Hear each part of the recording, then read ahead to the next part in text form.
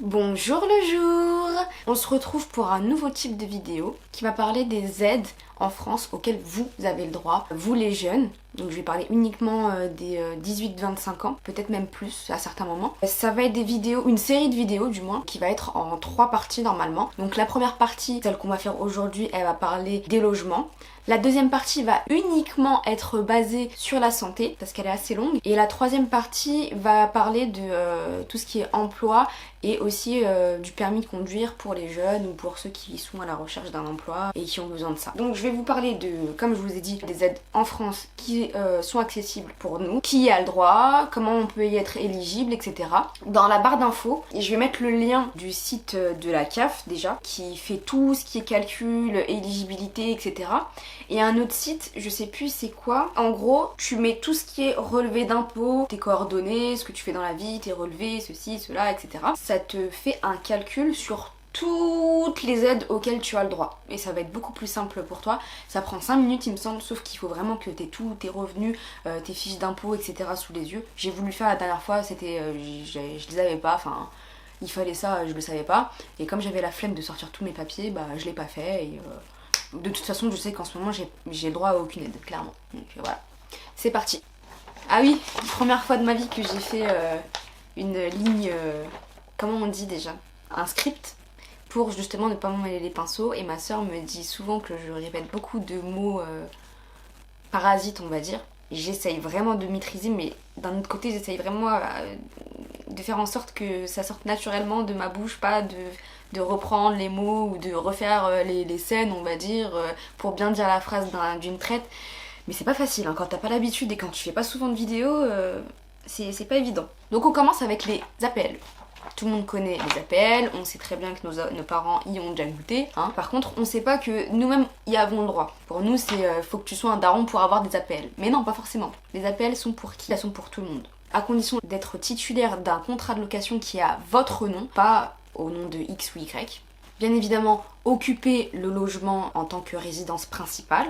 Et avoir des ressources qui ne dépassent pas un certain plafond. Donc j'ai cherché ce plafond à ne pas dépasser, mais je n'ai pas trouvé. Comment est-ce que c'est calculé? Donc ça va dépendre de plein de critères, comme la composition du foyer par exemple, si t'es célibataire, en couple, en concubinage, avec ou sans enfant, etc.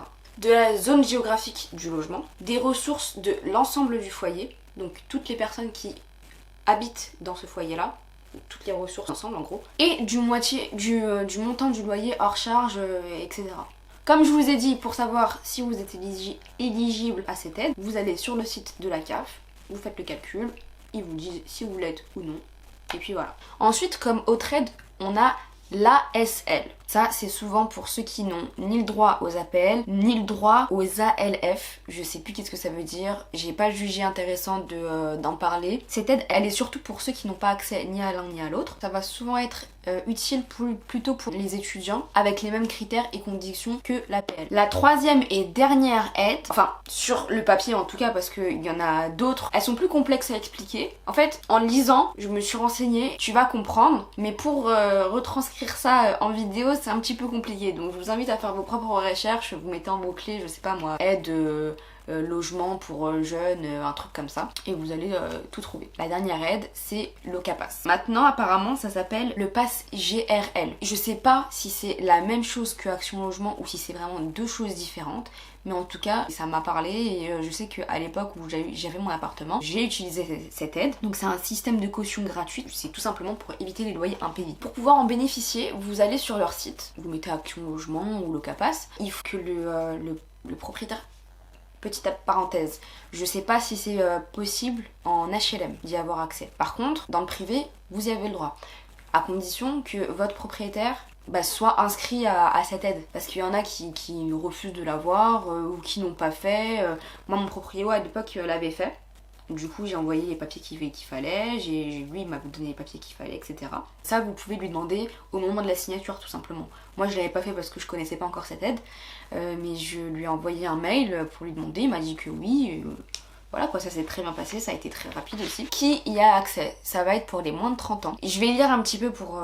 quelle que soit la situation, donc salarié, étudiant, en CDD, moi à l'époque j'étais en CDD, il me semble, mais j'allais passer en CDI. La caution ne peut être délivrée seulement si le loyer et les charges ne dépassent pas 50% de vos revenus. Et à l'époque, alors j'avais, on va dire 1004 environ, quelque chose comme ça, peut-être un petit peu moins, je sais plus, honnêtement je sais plus.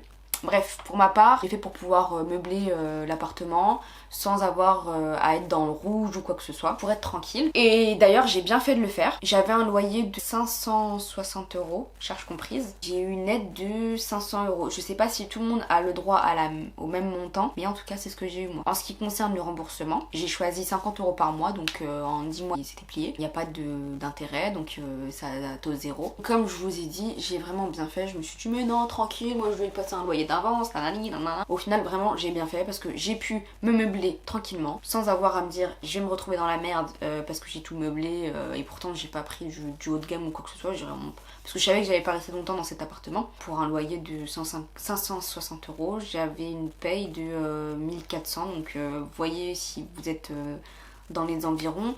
Et c'était pour un studio sur Paris. Non, dans le 93 mais proche Paris. Et la dernière aide, en fait, ce n'est pas une aide, c'est comment dire, des organismes pour les jeunes travailleurs. Je vais vous donner l'exemple de Algit. Il y en a des autres, hein, mais moi c'est surtout sur Algit que j'avais regardé. Ils vous proposent des logements jeunes travailleurs. Qu'est-ce que c'est ? C'est tout simplement comme des résidences étudiants. Donc ça va être surtout pour les moins de 25 ans et dans certaines résidences ils acceptent les moins de 30 ans aussi. Et moi je trouve que c'est une très bonne alternative quand on a besoin de trouver un logement rapidement, parce que les dossiers HLM, on va pas se mentir, ça prend des années et des années. Moi j'ai une copine, je crois elle a dû attendre 5 ans, mais c'est parce qu'elle avait juste fait son dossier, elle s'est dit vas-y au moins c'est fait mais j'ai pas besoin d'appartement. Et sinon il avait pas appelé, c'est elle qui a sonné à leur porte en disant ouais moi je suis prioritaire parce que ça fait 5 piges que j'attends un appartement quoi. Sinon personne lui avait proposé de rendez-vous, quoi que ce soit. C'est très très long et ça me fait très très peur d'ailleurs parce que il va falloir très très vite que j'ai un appartement. Je disais, c'est pour ceux qui cherchent vraiment à partir de chez leurs parents pour se rapprocher de leur travail, avoir leur propre indépendance, si leurs conditions elles sont pas très... si c'est un petit peu relou parce que ils sont obligés de partager leur chambre avec un ou deux frères ou une sœur ou quoi que ce soit, ou même des fois il y a des gens qui sont obligés de dormir avec leur tante, leurs cousins, leurs trucs comme ça parce qu'ils vivent vraiment tous en famille dans un même appartement, c'est un peu relou. Et du coup, les dossiers sont traités assez rapidement. Je sais plus au bout de combien de temps j'avais eu une réponse. J'avais visité à la résidence de Rony. Le logement était disponible au bout de 2 semaines. On m'a fait visiter. Moi, j'avais pris un logement pour une personne célibataire. Donc forcément, on m'a montré un logement pour célibataire que j'ai pas aimé du tout. Une douche minuscule. Vous savez, les douches en triangulaire là. Il n'y avait pas de place du tout. Même si t'es pas là... Enfin... Si, quand même. J'estime que tu dois prendre un minimum d'affaires. C'est pas comme si t'étais étudiant. Quand tu travailles, c'est pas pareil. Je me voyais mal avoir tous mes produits de soins, etc. dans cette salle de bain. Ça rentrait pas, clairement. Le lit, c'était un lit normal, quoi, une place. Juste en face, t'avais un bureau. À côté, t'avais la cuisinière. Donc du coup en gros si tu fais un truc qui sent fort ou quoi, t'as tout qui est imprégné et tout. J'aime pas. C'est même pas ça qui m'a le plus dérangé. Vous savez c'est quoi qui m'a le plus dérangé ? C'est le fait qu'on pouvait avoir des visites jusque minuit. Après ça, genre couvre-feu, personne étrangère à la résidence ne pouvait rentrer. Je me dis mais c'est quoi ça en fait ? Comment ça on est fliqué ? Moi si j'ai ma copine qui vient, on passe la soirée ensemble et Dieu se sait qu'on reste longtemps ensemble. On finit nos soirées à des... Alors on va se voir, il va être 20h, on va se séparer, il va être 3h du matin. Non, c'était juste pas possible, j'ai pas 12 ans pour être fliquée comme ça, parce qu'en plus de ça, c'est dans le règlement, du coup, si c'est pas respecté, on peut se faire expulser. Je trouve pas ça... voilà. C'est vraiment pour quelqu'un qui, au bord du gouffre, et je peux plus rester chez moi, c'est vraiment plus possible. C'est une très bonne solution, mais sinon, pas pour moi en tout cas. Ah oui, j'ai oublié de préciser, ce sont des logements temporaires. Donc en gros, on peut pas rester plus de 2 ans dedans. Après ça, tu dégages. Je sais pas si tu peux aller dans une autre résidence ou si vraiment il faut que tu prennes un appartement à toi. Je pense qu'ils ont mis 2 ans parce qu'en général, les dossiers de demande d'HLM, c'est au bout de 2 ans que tu commences à être prioritaire, il me semble. J'ai pas parlé des... Bah oui, j'ai dit que moi j'ai eu un logement pour personnes célibataires, mais il y a aussi des logements en couple qui ont l'air largement plus potables. Après, faut pas se fier aux photos, faut vraiment aller faire une visite, c'était ce que j'avais fait.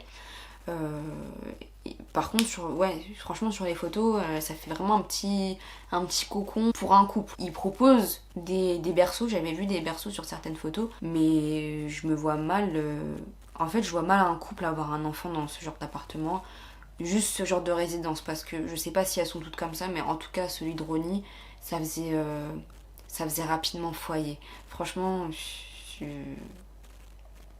voilà quoi, c'est... Tu vois, il y a des gens, ils ont pas 25 ans. Tu vois, il y a des gens qui ont même pas, qui ont plus de 30 ans même. Donc ils doivent mentir sur les papiers, je sais pas comment ils se débrouillent. Mais... Non, j'ai pas trop aimé. Et puis il y a les jeunes travailleurs, il y en a...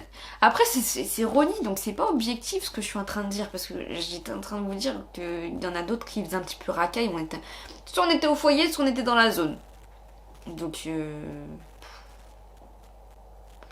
Voilà quoi. Après, l'avantage de cette résidence, c'est qu'il y avait une laverie, donc il n'y avait pas besoin de se ramener son linge jusqu'à perpète. Il y avait un parking aussi. J'avais noté 3 points négatifs. Fait rapidement foyer, plus de visites après minuit, et pour une personne, c'est très petit et très étouffant. Du coup, voilà, cette vidéo est terminée. Si j'ai oublié des choses, des précisions ou des infos importantes, du moins que vous jugez être importantes, n'hésitez pas à me le dire en commentaire pour que ce soit ajouté aux personnes qui auraient des questions. Si vous avez des questions, n'hésitez pas à me le dire. Après, c'est des recherches...